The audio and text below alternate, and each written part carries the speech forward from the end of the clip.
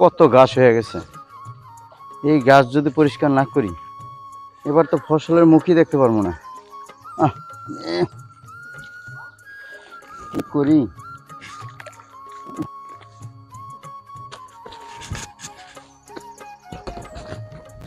না, বদলি নেওয়া লাগবে। জমি পরিষ্কার করতে হবে। কত ঘাস হয়ে গেছে, এই ঘাস যদি না উঠে এবার তো জমিতে ফসলই হইব না। দেখি দু একদিনের ভিতরে লোক লাগানো লাগবো জমিতে, আর একা তো সম্ভব না এত ঘাস উঠানো। উফ, অনেক বেলা হয়ে গেল। যাই এখন একটু ছায়ায় যায় কাজ করি।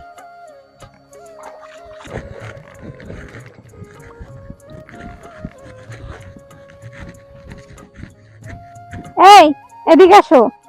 তুমি আবার আসতে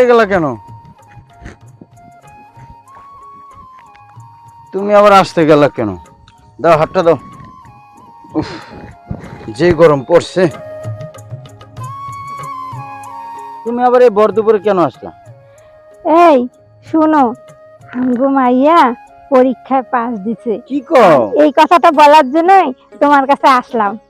কি যে ভালো লাগতেছে জানো। সত্যি আমার গর্বে বুকটা ভরে গেল গা। এই যে রোদে এতক্ষণ কাজ করছি না, অনেক কষ্ট লাগছে, কিন্তু তোমার কথা শুনে না শীতল হয়ে গেছে। আরে দেখতে হবে না মাইয়াটা কার, আমগো চাঁদনি বলে তো কথা। দেখতে যেমন সুন্দর, রূপে গুণে অনেক সুন্দর। শোনো, তুমি আমার মেয়ের দিকে মুখ দিও না তো। হ্যাঁ, ও সুন্দর দেখে তোমার বলতে হইব। মানুষ কি বলে? মাইয়াটা কি তোমার একা? মাইয়াটা তো আমারও। আমি জন্ম দিছি, 10 মাস 10 দিন পেটে কষ্ট করে পেটে ধরছি, বুঝতে হবে না? আর আমি যেমন সুন্দর, তুমিও তো অনেক সুন্দর, আর তোমার মতোই হয়েছে তোমার মাইয়া। হয়েছে। গ্রামের হকল রে মিষ্টি খাইতে হইব। এখন লও যাই। লও, আমার মাইয়ার জন্য সকলটা মিষ্টি খাওয়াইতে হবে গ্রামের। শোনো, আমার মাইয়া এত বড় পাস দিছে। হ্যাঁ, মাইয়ার আমি ইঞ্জিনিয়ার ডাক্তার বানাবো। কেন? আমি আমার মাইয়ারে পুলিশ বানাবো। হইছে, লও সবাই মিষ্টি খাইতে হবে না। চলো। আর ইব্রাহিম ভাই, আপনি কেন দাঁড়িয়েছেন কেন? আমি না দাঁড়াইতে তোর সমস্যা কি? আমার কোনো সমস্যা নাই, আমার তো ভালোই লাগে আপনি দাঁড়িয়ে থাকলে। ভালো লাগে মানে কি করবে চাস? কালীপুরা করে আনতে ফোট। আর ইব্রাহিম ভাই, বিয়ে শাদী করেন না কেন? মনের মতো মানুষ পাই না, এজন্য বিয়ে করি না। আইছে পাকড়ে মারতে। আশেপাশে তাকালেও তো পারেন।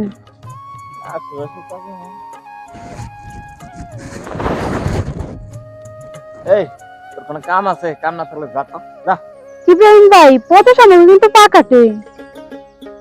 পাও কাটে না কি কাটে সেটা আমি দেখবো। যা।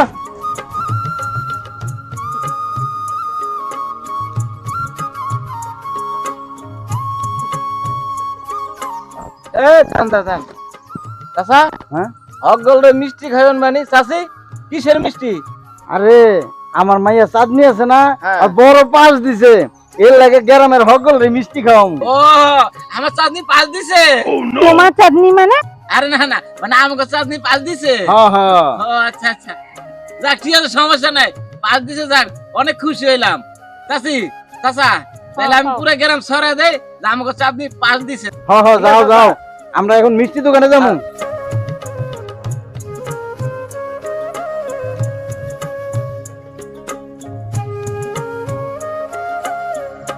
বাবা, বাবা, মা কোথায় তোমরা?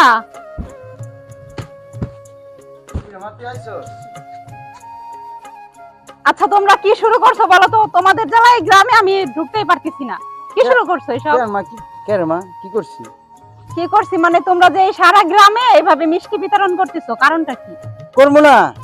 চাঁদের মতন একটা মাইয়া আমার, হে বাঙ্গা করে পূর্ণিমার চাঁদ, আমি মিষ্টি বিতরণ করবো না? আমার মাইয়া এত বড় একটা পাস দিছে। এত বড় পাস দিছি মানে কি বলতেছো এসব তোমরা? আমি তো এইমাত্র এসএসসি পরীক্ষা দিলাম, এখনো তো কত পড়ালেখা বাকি। আর তোমরা যদি এখনই এরকম পাগল হয়ে যাও তাহলে কি চলবে? আমার বন্ধু বান্ধবরা কি সব বলতিছে। শোন মা, এরকম একটা চান্দেলাহীন মুখ আমারে বাঙ্গা করে, আর সেই মাইয়া পাস দিছে, এটা আমার কাছে অনেক কিছু না। আমি তো মিষ্টি খাওয়াইছি, আগামীতে মাইকিং করে সবার দাওয়াত দিয়ে আমার বাড়িতে বিরিয়ানি খাওয়াবো। পাস দিছস, এখন তুই বড় ডাক্তারে একটা চাকরি লবি। না, আমার মাইয়া পুলিশ অফিসার হবে। আমার জমি যদি কেউ দখল করতে আসে তাইলে ওই যে কয় না অ্যারেস্ট করে থানায় নিয়ে যাবে, মামলা ঠুকে দিবে। ধরে রাখো তোমার পুলিশ। মা তুই একজন ডাক্তার হইয়া গ্রামের হকগল রে তুই চিকিৎসা করবি, আর সেই মানুষের দোয়া পাইলে আমার বক্ত শান্তি পাইব। আর তোর তো মা অনেক সুন্দর লাগে। হ্যাঁ সত্যি মা, এই বাঙ্গা ঘরে তোর মতন একটা আল্লাহ চাঁদের মতন একটা মাইয়া দিছে, আল্লাহরও অনেক অনেক শুকরিয়া জানাই। হ্যাঁ বাবা, আর আমি তোমার আর মা দুজনের আশাই পূরণ করব, কিন্তু তার জন্য তো আমার আরো পড়ালেখা করতে হবে। তোমরা যদি এখনই এত পাগল হয়ে যাও তাহলে তো হবে না।